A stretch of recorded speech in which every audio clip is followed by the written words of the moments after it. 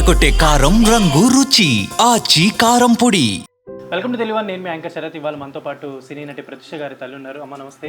So సుప్రీంకోర్టులో ఏదైతే తీర్పు వచ్చిందో, అంటే నాకు తెలిసి అంటే ప్రత్యూష గారి గురించి తెలిసిన వాళ్ళు అవ్వచ్చు, అంటే మీరు ఇన్నేళ్ళలో ఈ పోరాటానికి నాకు తెలిసి అంటే ఇప్పుడు సుప్రీంకోర్టు నుంచి వచ్చిన తీర్పు మీకు ఎలా అనిపిస్తుంది?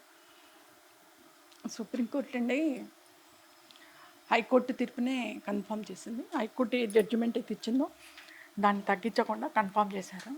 బట్ నేను సుప్రీంకోర్టుకి వెళ్ళింది ఏంటంటే హైకోర్టు తీర్పు సరిపోదు, లైఫ్ ఇవ్వండి అని చెప్పి వెళ్ళాను. బట్ సుప్రీంకోర్టు కూడా సేమ్ జడ్జిమెంట్ని కన్ఫర్మ్ చేసింది. I respect the judgment, I receive the judgment. ఎందుకంటే అత్యున్నత న్యాయస్థానము మనకి, మన దేశానికి కూడా. సో యాజ్ ఏ సిటిజన్గా నేను రెస్పెక్ట్ చేస్తున్నాను, రిసీవ్ చేసుకుంటున్నాను. అయితే 4 వారాల్లో లొంగిపోవాలి అని చెప్పి ఎక్కడున్నా కూడా అని చెప్పి చెప్పడం జరిగింది. అయితే గతంలో కూడా 5 ఏళ్లే వేయడం వల్ల మీరు దాన్ని కూడా అప్పీల్ చేస్తూ మీరు కోర్టులో కేసు వేయడం జరిగింది. ఇప్పుడు కూడా మళ్ళీ 5 ఏళ్లకే శిక్ష రావడాన్ని, అంటే దీన్ని ఎలా 5 ఏళ్ళకి రాలేదు. సెషన్ కోర్టులో సిబిఐ రిపోర్ట్ సబ్మిట్ చేసిన తర్వాత అక్కడ 5 ఏళ్ళు ఇచ్చారు. దాని మీద 5 ఏళ్ళు సరిపోదని చెప్పేసి నేను హైకోర్టుకి వెళ్ళాను. హైకోర్టులో ఏం చేశారంటే దాన్ని 50% గీశారు, తగ్గించారు, పెంచకుండా తగ్గించారు. ఇది చాలా అన్యాయము. నేను ఇక్కడ 5 ఏళ్ళు సరిపోలేదు, లైఫ్ ఇవ్వండి, నా కూతురు చనిపోయింది, ఇక్కడ ఒక ప్రాణం పోయింది అని చెప్పేసి నేను హైకోర్టుకి వెళ్తే హైకోర్టులోనేమో మళ్ళీ తగ్గించేశారు. సో అని చెప్పి సుప్రీంకోర్టులో అది కాదు, లైఫ్ ఇవ్వండి అని చెప్పేసి వెళ్తే అక్కడ 2011లో వెళ్ళాను. 2011 నుంచి ఇప్పటి వరకు ఈ 14-15 ఇయర్స్ కేసు రన్ అయింది. ఇప్పుడు జడ్జిమెంట్ మీకు తెలుసు, ఇవాళ జడ్జిమెంట్ సేమ్ హైకోర్టు జడ్జిమెంట్ని కన్ఫర్మ్ చేస్తున్నామన్నారు. సో నేను సుప్రీంకోర్టు జడ్జిమెంట్ను ఆహ్వానిస్తూ, గౌరవిస్తూ, జడ్జిలకు ఇద్దరికి నమస్కారం చేస్తూ కృతజ్ఞతలు తెలియజేస్తున్నాను. బట్ ఒక తల్లిగా, ఒక విక్టిమ్ తల్లిగా నా కూతురు చనిపోయింది. ఎవ్వరు ఏది చెప్పినా 2002 నుంచి ఇప్పటి వరకు, రేపు నేను చనిపోయే వరకు కూడా ఇదే చెప్తాను. నా కూతురు ఆత్మహత్య చేసుకోలేదు, చేసుకోవాల్సిన పరిస్థితులు కూడా లేవు. నా కూతురు అత్యాచారం చేయబడింది, చంపబడింది. అది మాత్రం నేను కన్న తల్లిగా చెప్తున్నాను. అందుకనే on the spot with in 4 weeks surrender అన్నది ఒక కంటి తుడుపు మాకు. అంతేకాని నాట్ సాటిస్ఫైడ్, లైఫ్ పడి ఉంటే బాగుండేది జడ్జిమెంట్ సుప్రీంకోర్టు. అయితే అప్పటి నుంచి మీరు అన్నది కూడా నిందితుడు ఇతను ఒకడే కాదు, ఇంకా చాలా మంది ఉన్నారు అని చెప్పి అయితే ఒక వాదన ఫస్ట్ నుంచి అయితే ఉంది. వాళ్ళు కూడా ఇట్లా సమాజంలో తిరగడం ఇదంతా, అంటే మీకు ఇప్పుడు ఇది ఏమనిపిస్తుందండి? అంటే అప్పుడు అతను ఒకడే కాకుండా ఇంకా 3-4 ఉన్నారు అని చెప్పని అప్పట్లో చాలా మంది చెప్పారు కదా. సరే, ఇప్పుడు ఎవరినైతే మెయిన్ అక్యూజ్డ్ చేసిండ్రో సిద్ధార్థ్ రెడ్డి, అతనికి సంబంధించిన ఎవిడెన్స్ సరిగ్గా లేవు మా దగ్గర. అన్నీ తీసేశారు. అంటే కొన్ని కాల్ చేశారు, కొన్ని మాయం చేశారు, కొన్ని ఎత్తుకుపోయారు. ఇట్లా ఏది ఎలా చేయాలనో అన్ని ఎవిడెన్స్ తీసేశారు. ఇక ఏమి ఉన్న ఎవిడెన్స్నే మాయం చేసి సిద్ధార్థ్ రెడ్డికి తక్కువ పనిష్మెంట్ పడడానికి ప్రయత్నం చేసిండ్రు. అట్లాంటిది ఓన్లీ అలిగేషన్ ఉన్న వ్యక్తుల మీద ఎవిడెన్స్ ఎడ దొరుకుతాయండి? నాకు అలిగేషన్ కాదు కదా కోర్టుకు కావాల్సింది, సాక్ష్యాలు కావాలా. సాక్ష్యాలు నా దగ్గర ఏ ఒక్కటి లేదు, కాబట్టి నేను అలిగేషన్ చేసిన వేస్ట్. కేవలం అంటే 5 ఏళ్లలో నాకు తెలిసి ఒక 12 సినిమాల దాకా కంప్లీట్ చేసింది. రజనీకాంత్ గారు, మోహన్ బాబు గారు, నాగార్జున గారు, ఇలా చాలామంది సినిమాల్లో కూడా నటించింది. చాలా మంచి ఆర్టిస్ట్. కానీ ఆవిడ కోల్పోయిన తర్వాత ఏమన్నా అంటే రాజకీయ పరిణామాలు కానీ, నాటకీయ పరిణామాలు కానీ, ఈ కేసుకి సంబంధించి మీకు అప్పుడు అర్థమైంది ఏంటంటే, అంటే మీ చుట్టూ ఏం జరుగుతుందని మీకు అనిపించింది అప్పట్లో? నా చుట్టూ ఏమి జరిగినా నేను పట్టించుకునే పరిస్థితులు లేనండి. ఎందుకంటే నా కూతురే పోయింది.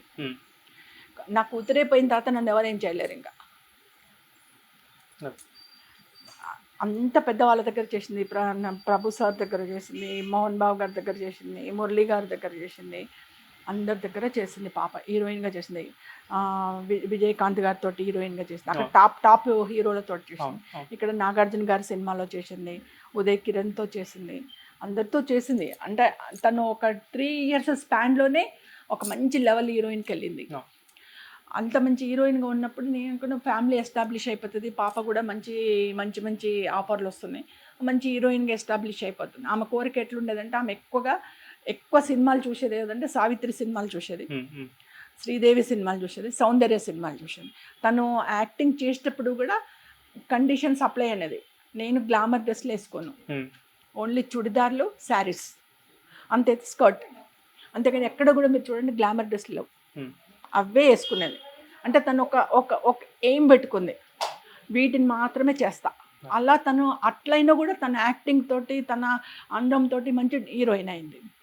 ఈ 24 ఏళ్లలో అంటే మీకు ప్రత్యూష గారి జ్ఞాపకాలు ఎప్పుడు నాకు తెలిసి మీరు ఒక తల్లి కాబట్టి మీకు చాలా ఉంటాయి. ఎప్పుడైనా అంటే అనిపిస్తుందా అండి మనసులో ఏమన్నా బాధ అంటే చాలా బాధ కలుగుతూ ఉంటది ఎప్పుడు గూడా. ఏమనిపిస్తుంటది మీకు అంటే మనసులో మేము తలుచుకున్నప్పుడు? మర్చిపోతే కదా సార్. హ్మ్. అది నెవర్ 26 ఏళ్లలో మేము ఆమెను ఎప్పుడు మర్చిపోము. మర్చిపోలేదు కూడా. అంటే నేను మా బాబు ఎట్లా ఫీల్ అయిపోతుంటే ఎక్కడో అబ్రాడ్‌లో ఉంది. హ్మ్. పెళ్ళైపోయింది. అబ్రాడ్‌కి వెళ్ళిపోయింది. అక్కడే ఉంది. ఎప్పుడో వస్తది అనే ఒక థాట్‌లోనే ఉన్నాం మేము ఇప్పటి వరకు కూడా. ఈ క్షణం వరకు కూడా. అందుకే మేము గార్లాండ్స్ కానీ, దండలు కానీ అవునవునవును. ఏమెయ్యం. అవును. ఫోటో చూసుకుంటాము. నవ్వుతూ ఉంటది. అక్క ఎక్కడో ఉందని ఆయన అనుకుంటాడు. పాప ఎక్కడో ఉందని నేను అనుకుంటాను. హ్మ్. అలాంటి మెంటాలిటీతో బతుకుతున్నాం. మా ఇంట్లోనే ఉంది పాప. మేము చూసుకుంటున్నాం అన్నట్టుగా ఉంటుంది. నాకు ఎప్పుడన్నా బాగా కాన్షియస్ వచ్చి బాగా ఏదన్నా ఫ్యామిలీ ఉన్నప్పుడు సమ్ ప్రాబ్లమ్స్ వస్తాయి. అవునవునవును. ఉన్న వాళ్ళకి వస్తాయి. లేని ప్రాబ్లం వచ్చినప్పుడు నేను కొద్దిగా మైండ్ మీద తీసుకొని బాబు వెళ్ళిపోయి పడుకున్న నేను ఇక్కడ కూర్చొని టీవీ చూస్తూ కూర్చుంటే నాకు మనసులో మెదులుతుంటుంది. అమ్మ అమ్మ అమ్మ అని పిలిచినట్టుగా హ్మ్. ఆ జ్ఞాపకాలు వస్తూ ఉంటాయి. అమ్మ అమ్మ అమ్మ అన్నట్టుగా వస్తున్నా అయినా కూడా నేను ఫీల్ అవుతూ ఉంటాను అప్పుడప్పుడు. ఇప్పటికి కూడా ఫీల్ అవుతుంటాను. హ్మ్. ఆ బాధలో నా బిడ్డ గుర్తొస్తుంది. నా బిడ్డ ఉంటే నాకు సపోర్ట్ ఉండేది కదా అనేది ఒక దాంతోటి నాకు గుర్తొస్తుంది. But never forget. మేము మర్చిపోతే ఆమె ఉందో లేదో తెలుస్తుంది కానీ మేము మర్చిపోలే. ఇంకోటి నేను మ్యాక్సిమం మ్యారేజెస్ అవాయిడ్ చేస్తా. హ్మ్. వెళ్ళడానికి. గర్ల్ మ్యారేజెస్ అయితే మ్యాక్సిమం అవాయిడ్ చేస్తా. హ్మ్. ఎందుకంటే అక్కడికి వెళ్తే వాళ్ళని చూస్తే నాకు పాపే గుర్తొస్తుంటుంది. ఏడుపు వచ్చేస్తుంటుంది. హ్మ్. అంటే 19 ఇయర్స్ 20 ఇయర్స్లో నేను మంచిగా పెళ్లి చేసి ఒక ఇంటికి పంపించాను. అమ్మాయిని శ్మశానానికి పంపించుకున్నా. అది కూడా ఘోరమైన చావుతోటి పంపించిన అని చెప్పేసి నాకు చాలా బాధ అనిపిస్తుంటుంది. ఎందుకంటే మా కుటుంబంలో ఉన్నప్పుడు కూడా కన్నెపిల్ల చనిపోయింది కాబట్టి జిల్లెట్ చెట్టుకు పెళ్లి చేసి బాషింగం కట్టి పెళ్లి చీర కట్టి అంత చేసి తీసుకెళ్లారు శ్మశానానికి. హ్మ్. సో అవన్నీ గుర్తొస్తుంటే ఇంక నేను పెళ్ళిళ్ళకి వెళ్ళడం మానేసిన. హ్మ్. మ్యాక్సిమం అవాయిడ్ చేస్తా పెళ్ళిళ్ళు. బాబు వెళ్తాడు. ఎప్పుడన్నా ఇంపార్టెంట్ మ్యారేజెస్ మా రిలేటివ్స్వి దగ్గర ఫ్రెండ్స్ ఉంటే బాబు వెళ్ళేసి వస్తాడు. నేను మ్యాక్సిమం అవాయిడ్ చేస్తున్నా. అంటే ఆ బాధ వచ్చేస్తుంది నాకు. ఆ బాధ వచ్చేసరికి కొద్దిగా బాధ అనిపించేసి మర్చిపోలేదు కాబట్టి బాధ వస్తుంది. అయితే అప్పట్లో ఇండస్ట్రీని అంతా కూడా కదిలిచ్చింది. రాజకీయ పరిణామాలు కూడా చాలా జరిగాయి. మీకు అంటే మీరు ఇంత ఫైట్ చేస్తున్నప్పుడు అప్పట్లో మీకున్న పొలిటీషియన్స్ అవ్వచ్చు, అప్పట్లో ఉన్న అధికారులు కావచ్చు, ఎవరైనా మీకు సపోర్ట్ ఇచ్చిన వాళ్ళు ఎవరైనా ఉన్నారా? ఏదైనా సంఘాల వాళ్ళు గాని, మీరు మధ్యలో ఒక ఫౌండేషన్ కూడా అది ఒకటి కూడా ట్రస్ట్ కూడా స్టార్ట్ చేసినట్టున్నారు అప్పట్లో. ఏంటి మమ్మీ ఏం జరిగింది అప్పట్లో? అంటే అప్పట్లో నేను భువనగిరిలో దానం చేసి పోస్ట్‌మార్టం తర్వాత డెడ్ బాడీని మేము మా నేటివ్‌కి తీసుకెళ్ళాము. హ్మ్. అక్కడ దాన సంస్కారం అంటే మా కుటుంబ ఆచారం ప్రకారం దానం చేయాలి. అవును. దానం చేసిన నేను ఇప్పటికి కూడా అనుకుంటాను దానం చేయకుండా నేను బొందబెట్టుంటే పాపకు నాకు ఇప్పటికి సాక్ష్యాలు మంచిగా దొరికేవేమో. మళ్ళీ ఒక్కసారి నేను రీఇన్వెస్టిగేషన్‌కి అడిగేదాన్నేమో.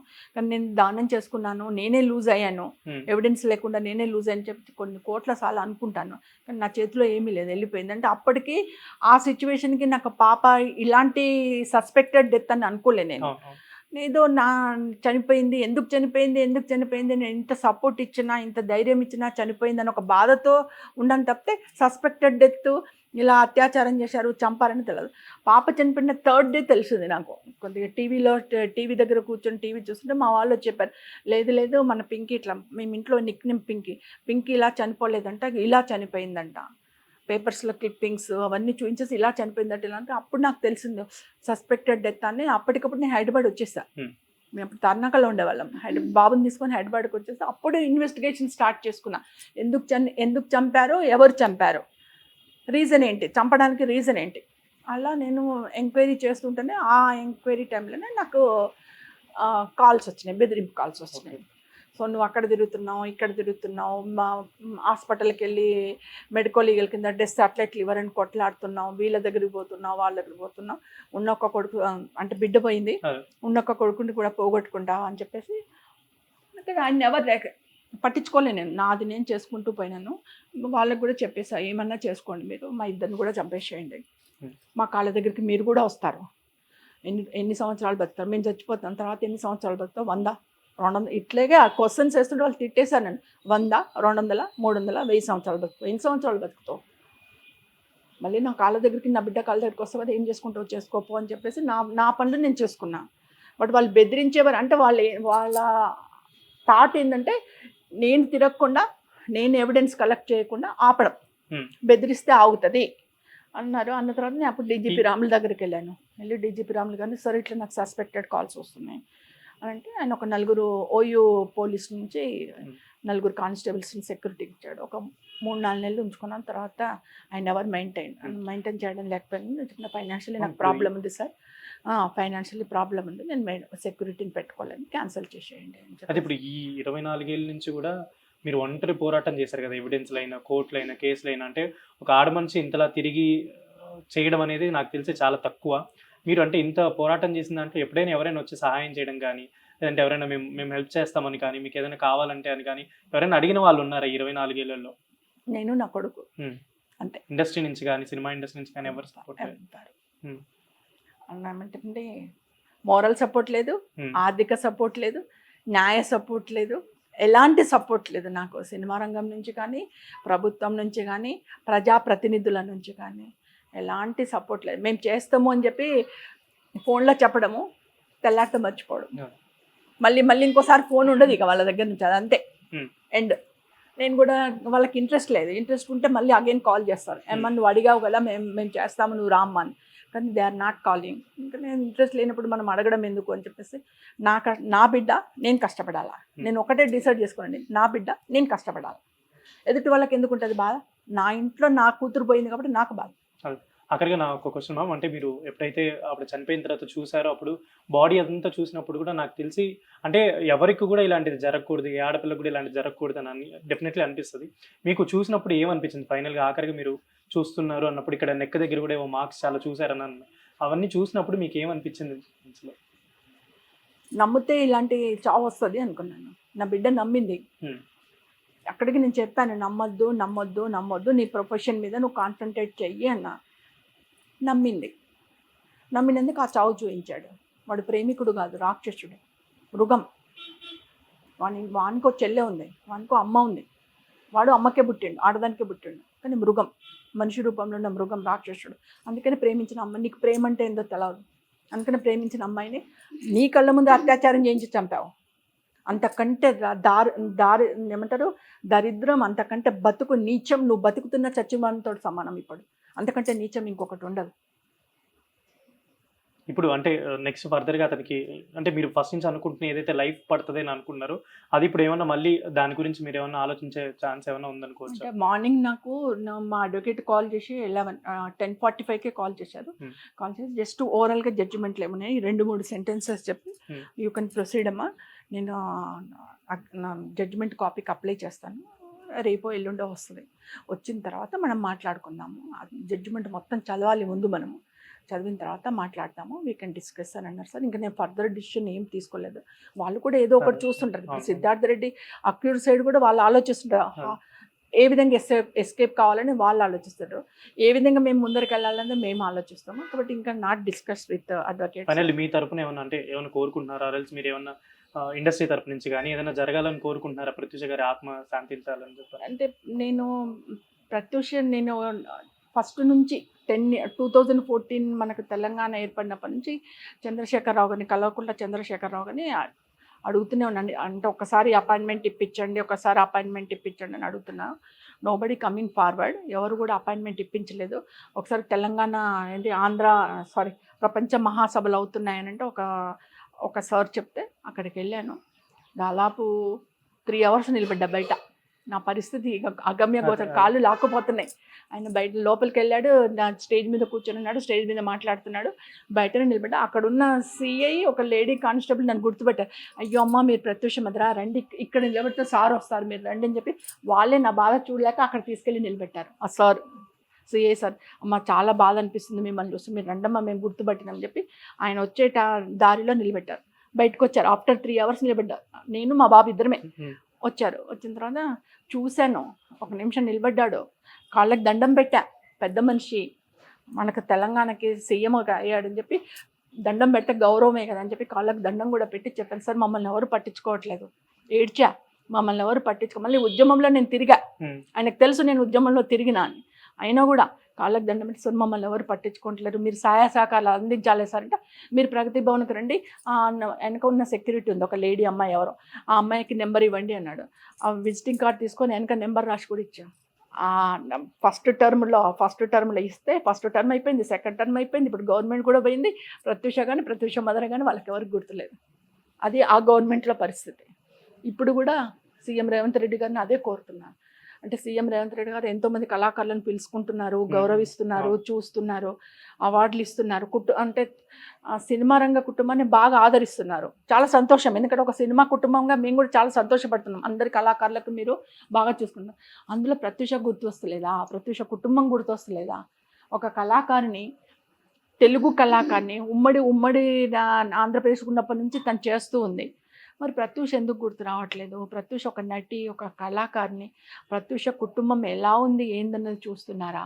ఎందుకు పట్టించుకోవట్లేదు కుటుంబాన్ని అని చెప్పేసి నేను రిక్వెస్ట్ చేస్తున్నాను తెలంగాణ ప్రభుత్వాన్ని, తెలంగాణ సీఎం రేవంత్ రెడ్డి గారిని, ఆంధ్రప్రదేశ్ ప్రభుత్వాన్ని. ఎందుకంటే ప్రత్యూష తెలుగు హీరోయిన్ అప్పుడుంది. ఆంధ్రప్రదేశ్ ప్రభుత్వాన్ని, చంద్రబాబు నాయుడు గారిని, అందరినీ అడుగుతున్నాను, ప్రత్యూష కుటుంబాన్ని ఆదుకోండి, ప్రత్యూషను గుర్తించండి. మీ కళాకారిని బతికుంటే ఎంతో మంచి పేరు తెచ్చేది, ఎన్నో అవార్డులు తెచ్చేది రాష్ట్రాలకి. సో గుర్తించండి, కాపాడండి, మమ్మల్ని కాపాడండి, మా కుటుంబాన్ని కాపాడండి, నటిగా గుర్తించండి అని చెప్పేసి మళ్ళీ ఒకసారి రిక్వెస్ట్ చేస్తున్నాను. Thank you.